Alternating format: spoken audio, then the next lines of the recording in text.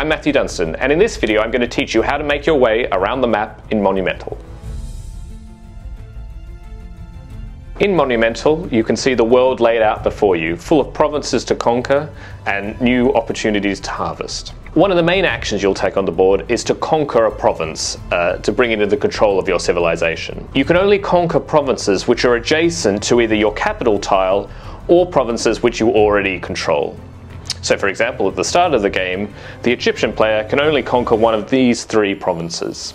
To work out how to conquer a province, first you have to determine how many military resources you need to spend. But the provinces at the start of the game are not so easily conquered because mostly they'll have barbarians guarding them, and you'll need to defeat them in order to take over that province.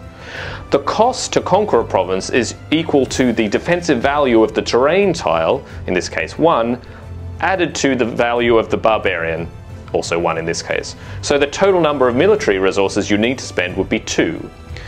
Also, you would then need to move in 2 military units from your stock onto that tile to conquer it. So in this example, if I've spent 2 military units, I could then move in two units, say the warlord, and a troop into this territory to conquer it.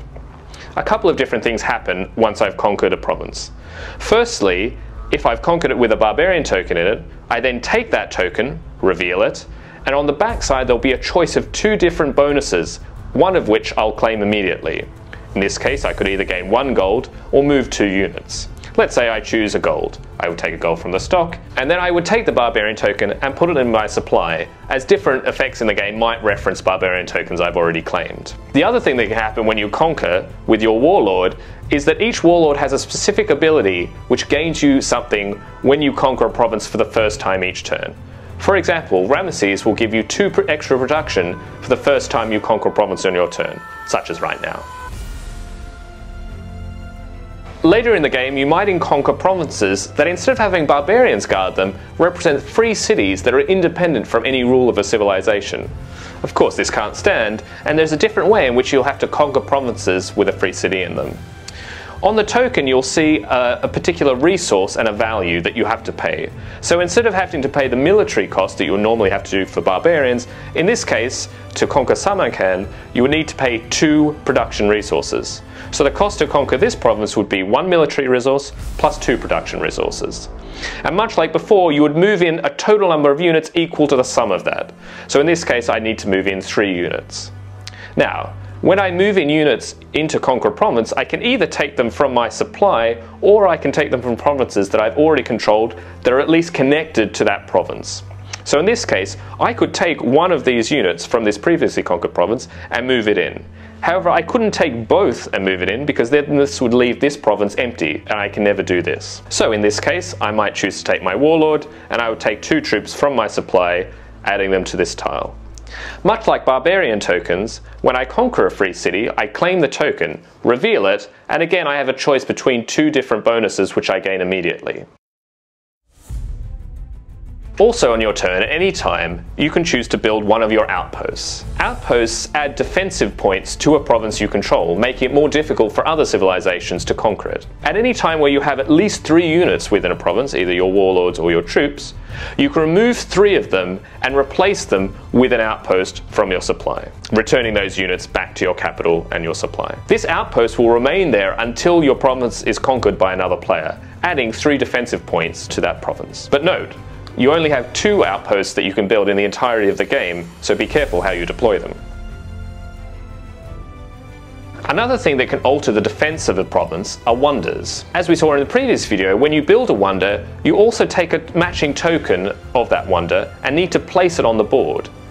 You need to place it on a province you control that doesn't already contain a wonder. Your capital tile also counts as a province for this purpose, so from the very start of the game, you could always build a wonder in your capital. However, later in the game, you might choose to put a wonder in a province you already control in order to make it even more difficult to conquer by your opponents. A wonder token adds 2 defensive points to the defensive value of a tile. One of the benefits of conquering a province with a wonder token in it is that you can then claim that defensive bonus for yourself when seeking to defend that province against future attacks. For example, when the Chinese player moves in and conquers this territory with the pyramids from the Vikings, they now can apply this defensive bonus for their defense of the province in the future. However, an important thing to note is that the Viking player will still have the pyramid card in their deck and will gain the points for building that wonder at the end of the game. No one will forget the person who built the wonder after all. Later on in the game, as the civilizations grow close together by conquering different provinces, it may be that you're trying to conquer a province that's already held by another civilization. In this case, you need to work out what the defensive value of that province is, and then pay that much military resources in order to conquer it. The different elements that contribute to a province's defense are shown here. Troops contribute 1 point, warlords 2, wonder tokens 2, and outposts 3. You sum together all the elements on a tile and add it to the terrain value to give the overall defensive value of the tile. So in this example, if the Chinese player wanted to conquer this tile, the cost they would have to pay would be 1 plus 1 plus 2, or 4 in total. All the units of the defending player would be removed and returned back to their capital tile, and then the conquering player, much like conquering an unoccupied province, needs to move in units totaling that cost. So in this case that was 4, so for example they might move in 4 troops now to occupy the tile.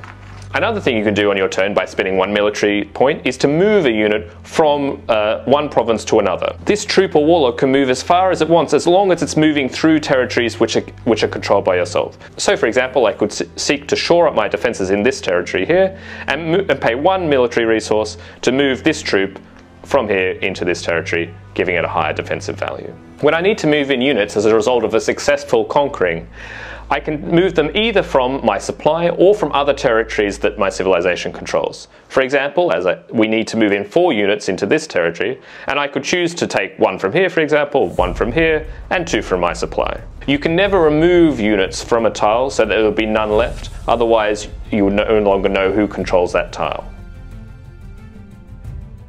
Another thing you can do with military points is to move your explorers around the map, gaining new resources and opportunities for you to spend. It costs 1 military point to move one of your explorers to an adjacent province. Now, explorers aren't military units, so they can move into any territory regardless of who controls it. Once on their turn, they can claim a token from a province in which they're currently situated. There are 2 different types of token which an explorer can access.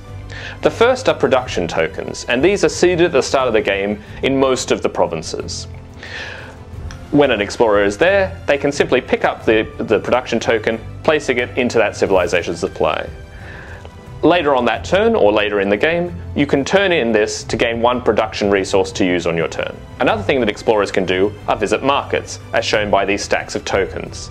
There are a number of markets equal to the number of players in the game, in this case 4, and in each market you can visit only once with one of your explorers. To visit a market, simply take the tokens, look at them secretly, choose one, placing it in your supply, and returning the others face down to the board. On that turn or any later turn, you can spend this token, gaining the resources on it, and flipping it face down, but keeping it in your supply. And this is to remind you that you can only have 1 token from each of the markets over the course of the entire game. Remember, each explorer can only pick up 1 token each turn. So while you can spend multiple military resources to move an explorer further, for example I could spend 2 military resources to move my explorer like this, I can only choose to pick up 1 of the tokens on the way, either the production token or visiting the market. There are always a number of tokens in each market so that every player can claim 1. But of course, if you're the first to a market, you'll get the best choice of what to take.